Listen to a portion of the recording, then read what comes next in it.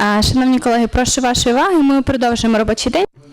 We continue our working day and we'll talk about the results of the public monitoring of education access schemes for the internally displaced persons.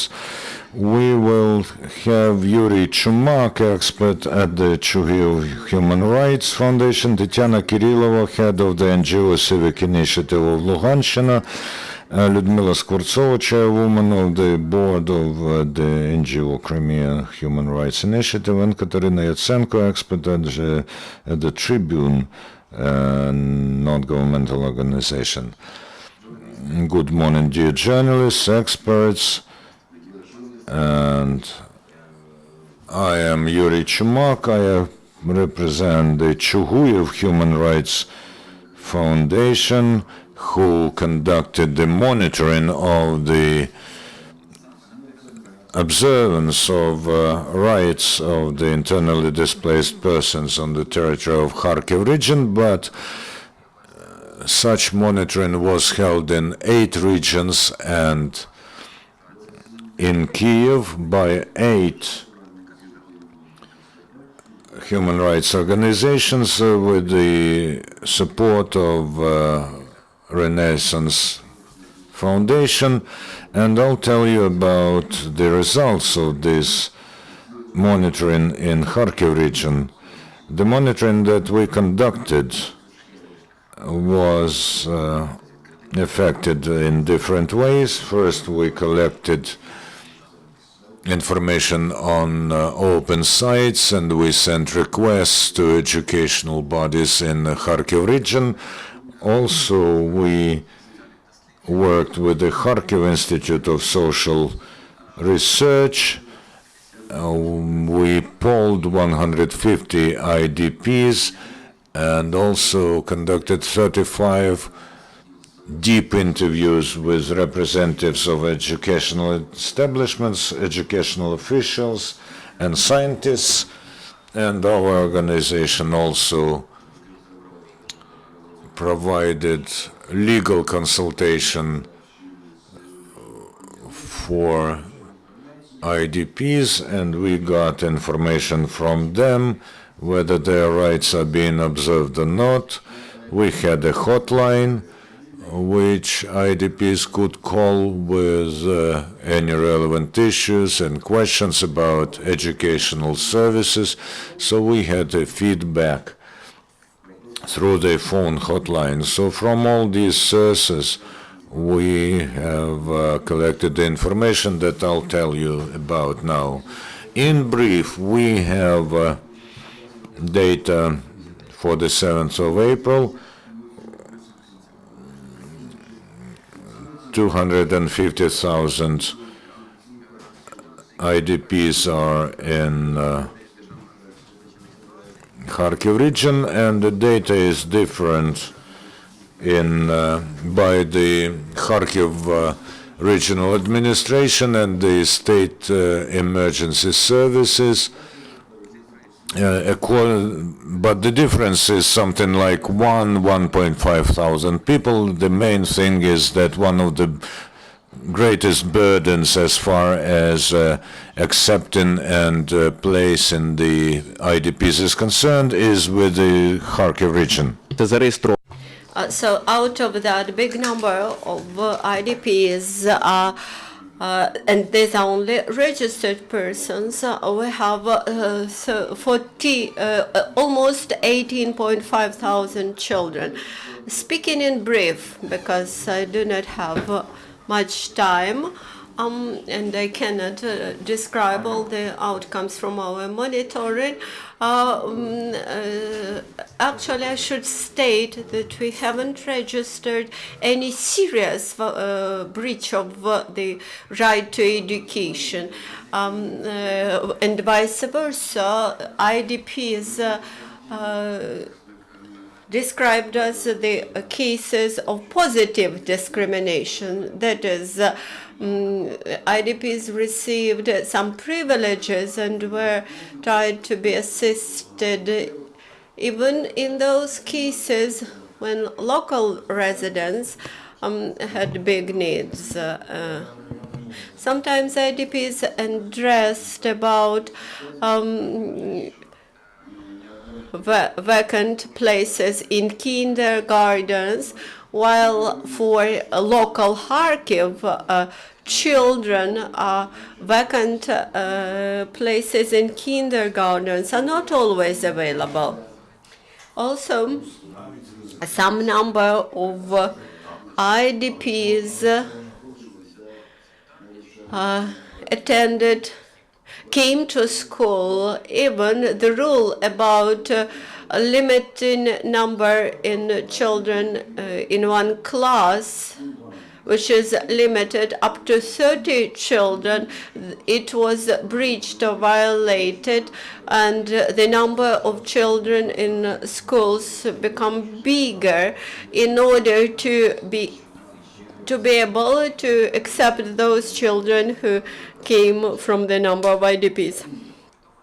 At the beginning of academic year, we received several information that IDPs from Crimea, from Lugansk and Donetsk regions, from non-controlled territories, they were accommodated to the higher educational institutions. They were accepted especially to higher educational institutions as free attenders and free trainees in order to be able to be enlisted to the budget students register in future. As for the provision of hostels to students from the east and the Crimea, these issues were resolved on the account of first there were more people in one room at the beginning, but later due to natural outflow of students, the situation was brought to normal. In Kharkiv region, all the steps which were made in order to assist the IDPs, they were made on the account of internal resources without allocation of additional funds. Actually, this was a result of joint effort from teachers, from committees of parents under schools and other stakeholders. Actually, all the issues related to the access to education for IDPs they now are resolved. But what we have revealed in line of our monitoring, the UNICEF Children's Fund during their meeting devoted to the right access to education, they've informed us that almost 2,000 children out of the general number of IDP children in Kharkiv Oblast, they are not attending schools. And this demonstrated that as of today, we do not have a specific mechanism which would allow us first to monitor and then to register IDP children of IDPs, and sometimes parents should be somehow forced to send children to school. Partially, parents believe that they are staying in Kharkiv Oblast temporary and that they plan to go home very soon, and that's why they think that they should not send children to school. Some children out of that numbers, they are registered in Kharkiv Oblast, but they are registered just officially, while actually they stay in the occupied territory, and they were registered exclusively with the purpose to receive some financial provision, some social provision for them. There is another problem which is not resolved not just in Kharkiv region but in some other regions. This is the entry to higher educational institutions for those young persons who remained in the occupied territory. They will receive their school graduation certificates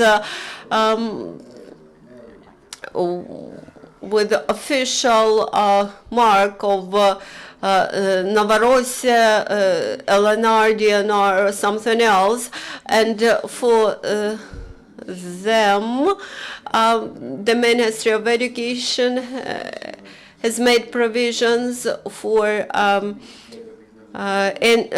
entry exam to the universities, but to be able to do this, they have crossed the delineation line via checkpoints. But the biggest problem is what to do with that pseudo certificates issued on the occupied territory. Educational bureaucrats suggest that with those documents they will be unable to enter universities, but we have to find out some solution. Are those people victims or are those people separatists? I mean, the kids, as they do not have the opportunity to go to the territory of big Ukraine, they are still in the territory of the so-called DNR and LNR, and they will have certificates of education of some schools, and they won't be able to go to university in Ukraine. But Russia does promise them to accept them to universities in at least in Rostov region, and this will lead to the outflow of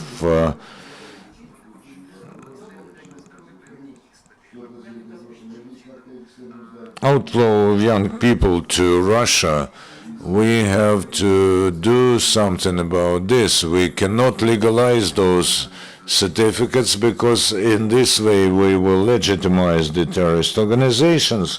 But we have to meet halfway the young people who want to study at the Ukrainian universities, and I give the floor to other speakers, and then we will answer your questions if you have them.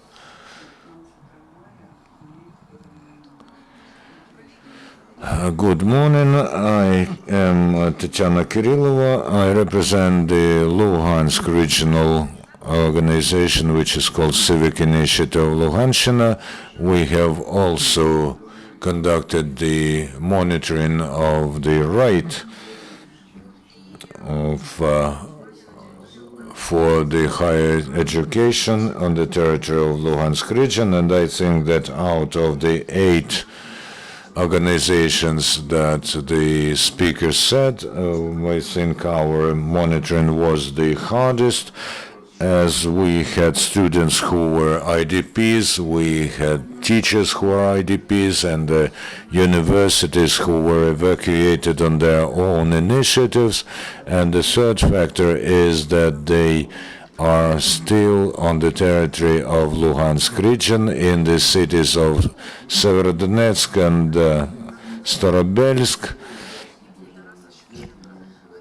I want to tell you straight away that the universities that we monitored are universities with almost 100 years of history and their rich experience. We analyzed the legal acts, we talked to students and researched their problems, we talked to teachers and students about their problems and the organization of educational process. And the main problems are, as far as legal issues are concerned, the only real step from the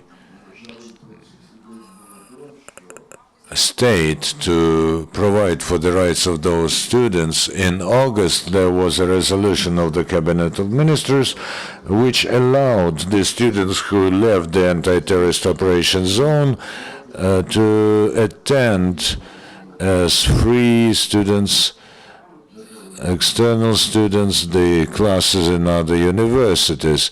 Also in December, the resolution was that those who wrote applications could go to other universities, and only 2,000 students have used this right, and only 400 of those went to free education with the right to keep their education free. I think that the academic year is running to close now. There's a lot of problems in the universities, and I think that those kids should be given another opportunity to try to use this opportunity to become students and at other universities, because last year they still thought that this all may end soon, and if we talk to students, 93% of them have continued their education in their universities, 82% are studying at the day courses, and we think that this means that the students who have to earn their living and look for temporarily dwelling, they have used this form of distance learning, and they need scholarships and stipends, and stipend in this case does acquire a social meaning, and this is a huge loss for universities, meaning the library funds and other things. And the biggest problem is that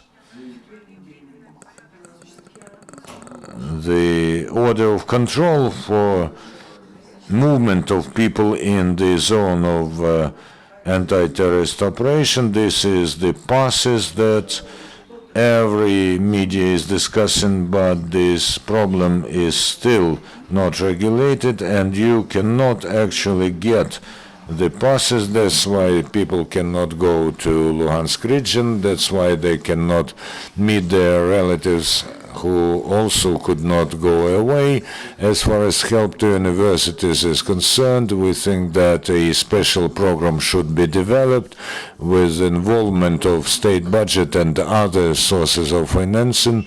In the Dal University, they were able to involve money from the European Council, and but this is just a drop in the ocean. They also asked to open access to paid information resources because they lack material, and they are using now the distance form of education, which does require a change in those materials, and of course the model system does require the improvement of technical opportunities. And as I told you, the students have to look for jobs now and have to look for dwellings, so probably it is necessary to conduct courses for self-employment or work with employment centers, job centers, and to conduct courses with teachers and students so that they expand their opportunities as far as model system is concerned, because some of the teachers, because of their age, they have problems working with computers, and the biggest problem is the simplification of the system of passes to the territory of Luhansk region. I will be happy to answer your questions. The next speaker, Skvortsova Lyudmila, Crimean Initiative. Please, speak closer to the mic. The monitoring was made in Kiev with the support of the International Renaissance Foundation, and official figures state that in Kiev 8,200 more plus preschool children are enrolled into nursery schools. 139 people were interviewed. 987 and 3,099 persons were enrolled into universities. 624 persons were interviewed as part of monitoring. Not to repeat what the previous speaker said, because this problem in the education system is systemic, and they are similar for each region of the country. Talking about Kiev, despite the fact that the children, that there were many children who arrived of the primary school age, and I believe that this problem will be even bigger in a year, because this is where we need most places. But the biggest problem is with financing.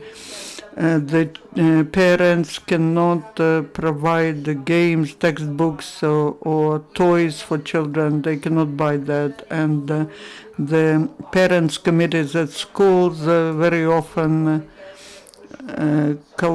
put together the packages with textbooks, and sometimes with the clothes, even understanding the difficult situation of those people who arrived from occupied territories and who have difficulties with funding.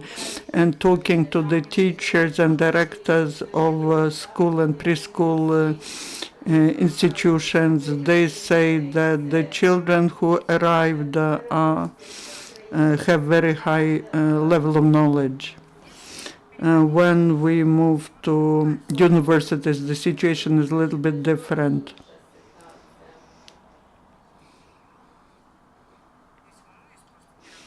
I am excited. That's my first press conference in life.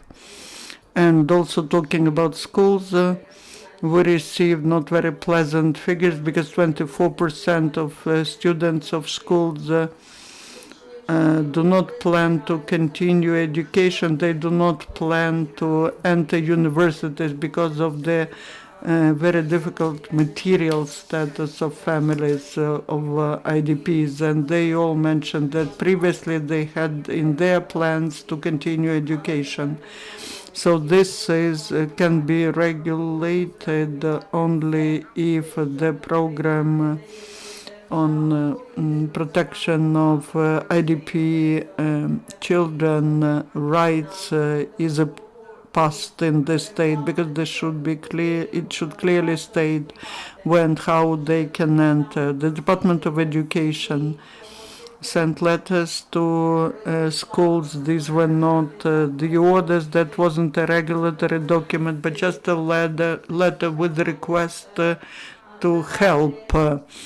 Of course, we expressed our appreciation, and I would like to express appreciation to directors of the educational institutions, because they never refused the IDPs. They always provided places, but we understand that the inflow of IDPs will grow, and if the number of children grows, that means that the problems will grow, and how will they be accepted to classes where they have more than 30 students is quite a big challenge. Talking about higher education, I would like to emphasize such thing as distance learning.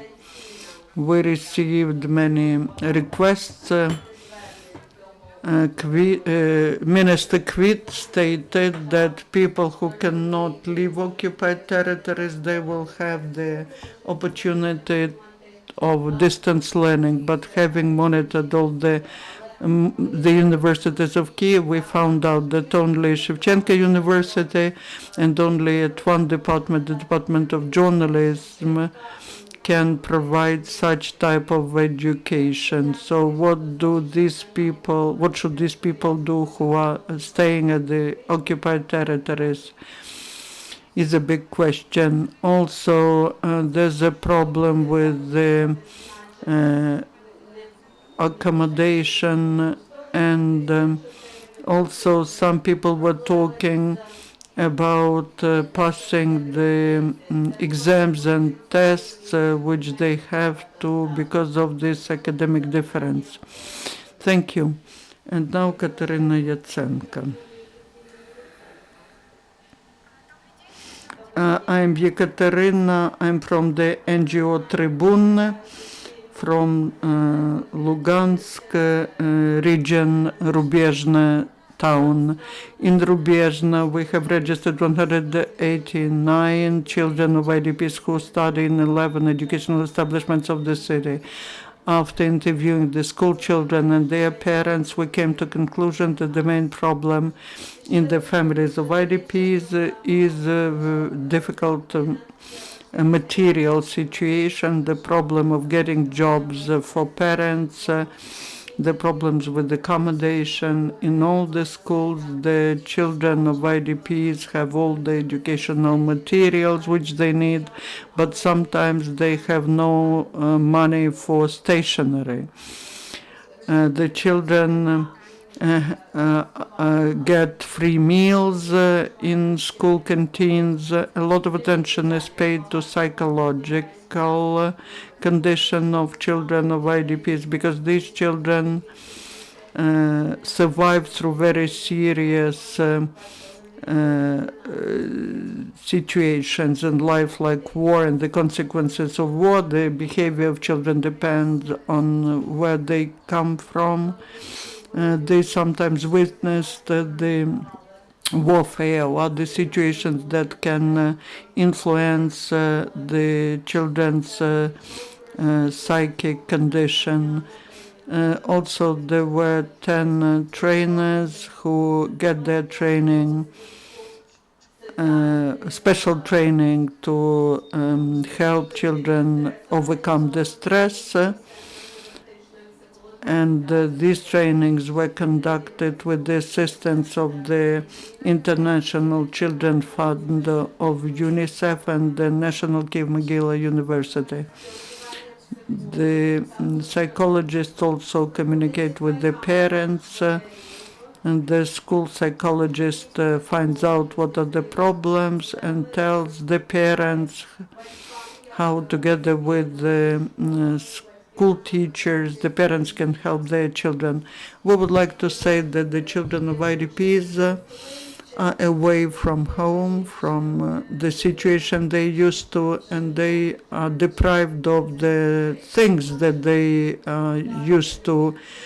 And so our recommendation is to provide to children of IDPs with the decent conditions, women accommodation, also stationery, the organization of the children, organization of some creative courses for such children. This could be dancing, singing, painting lessons, and this will help a child to better adapt and to overcome the stress. As to the higher educational establishments in Lugansk State University, there are 255 students. Lugansk State Medical University is moved to Rubezhne, and according to the order of the Ministry of Public Health of Ukraine, number 875. And Professor Igoryov is heading this university. There were proposals to move this university to other regions of the country, to Uzhgorod, but Gennady Moskal, the governor of Lugansk region, insisted that the university should stay in the territory of the region. Now there are 255 students at this university. Some of them came here from occupied territories, and they stay at the hostels of Ozorny,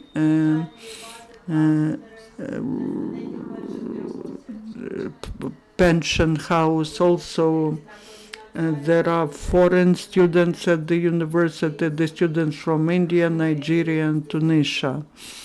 Together with the students, about 100 professors and teachers moved out of them. There are 25 professors. According to the data of the Ministry of Education of Ukraine, about 1,000 of students were also free attenders of other universities, and from October 2014 they could have been enrolled in the universities where they were. Those who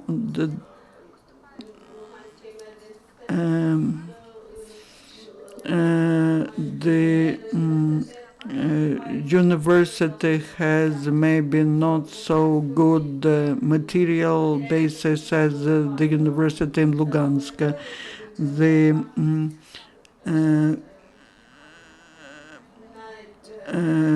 teachers arrived to and the professors arrived to the controlled by Ukraine territory. The Lugansk University has all the literature, needed textbooks. The teaching process in Lugansk State Medical University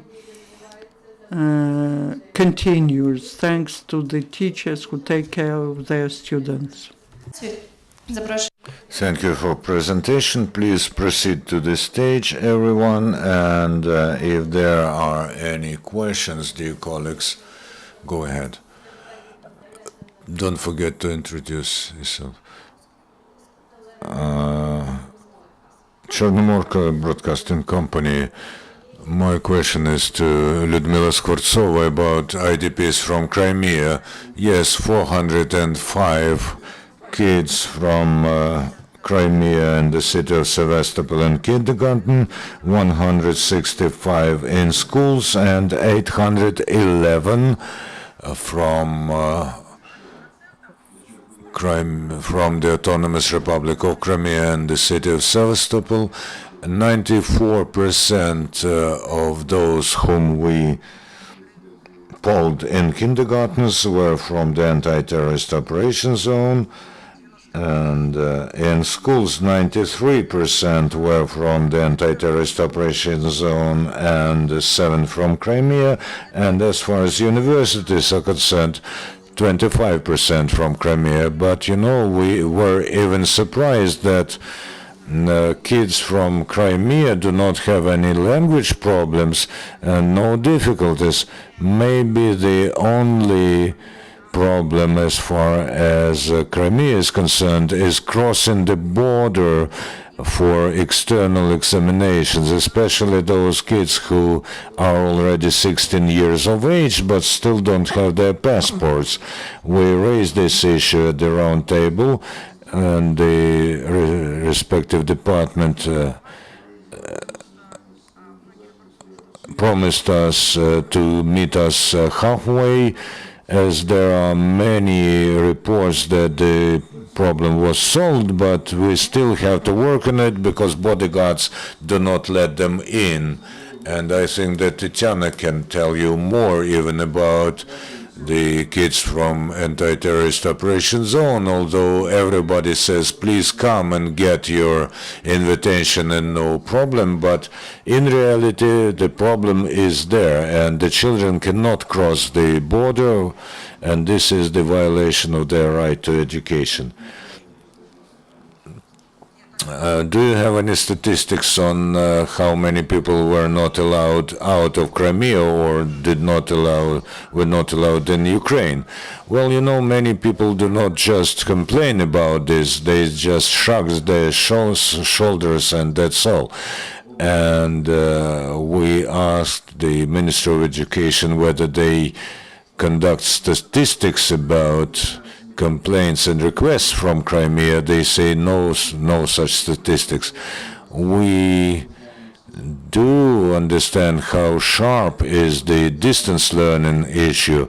For instance, a girl has written to us. She is in Crimea, she's in Sevastopol, she is a disabled person, and she is a single person who brings up a kid, and she cannot go to the territory of Ukraine. And when she called the Minister of Education hotline, telling about the distance learning, about which the minister told us, she was told contact universities.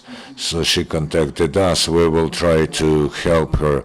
The difficulty is in getting money from parents, because most of the students have their parents in Crimea, and if Gold Card was working in a limited way previously, now there's no way that they can send money, They cannot, in order to pay for their education or for their dormitory, and the students write to the dean's office saying, please suspend our payment, and they meet them, but there are no sanctions on the part of the universities, but the issue is really not solved on the state level.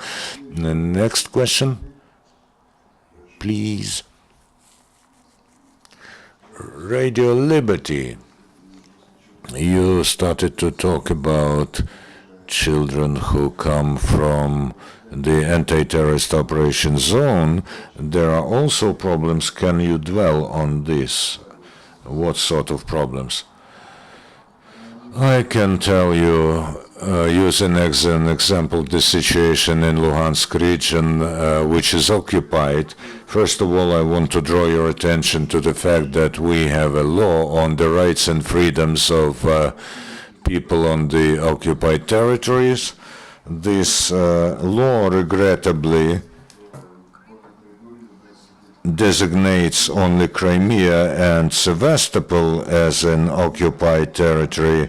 As far as Luhansk and Donetsk regions are concerned, regrettably, they were recognized in occupied territories by the resolution of the parliament, and we don't know whether this law pertains to the territory of Luhansk and Donetsk regions. And this has a bearing on the education, of course. When we had a round table with representatives of the Ministry of Education recently, they told us they are monitoring the situation, and they said that there are almost 4,000 kids who want to pass their exams in the territory of Ukraine, and they were told how to go through this procedure, but they were not told how they get to the place where they can do this. Those are underage children, and in order to come to Ukrainian territory, they have to be accompanied by a parent, and parents have to get the passes that we were talking about. We have raised this issue more than once, and we said that probably, after the 23rd of April, there was an information on the internet that kids from Luhansk were not allowed to go in at the road checkpoint to the place where they had to go through the exam on Ukrainian language.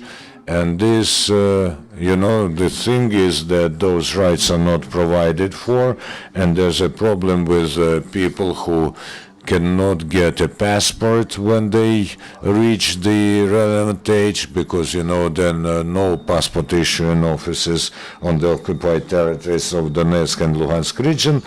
And additionally, there's a huge problem of the buses that as if go from these territories, and of course the tickets are very, very expensive. 600 hryvnia per ticket, I won't tell you I won't dwell even what's going on the road checkpoints because I wasn't there. But in order to go two-way, pass the exam and come back, you have to spend 2,000 or 3,000 hryvnia. This is very, very expensive. We suggested that the Ministry of Education simplifies the passing of external exams, probably through a distance, through a computer, so that they do not risk their lives and do not go through this buffer zone, and also to link those kids from Luhansk and Donetsk region, from both sides of the demarcation line,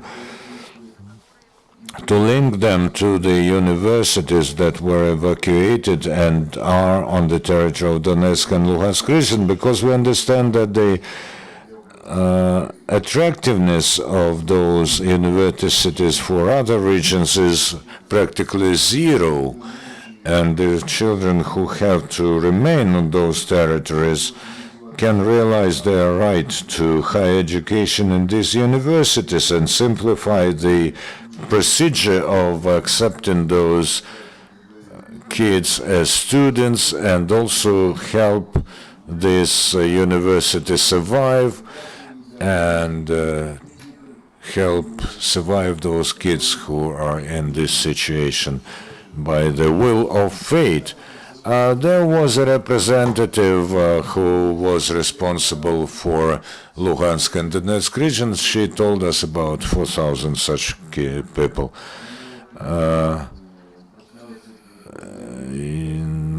Well, maybe this is for two. Well, we are running out of time. We have to finish this briefing. Thank you for your monitoring. Come back and tell us more.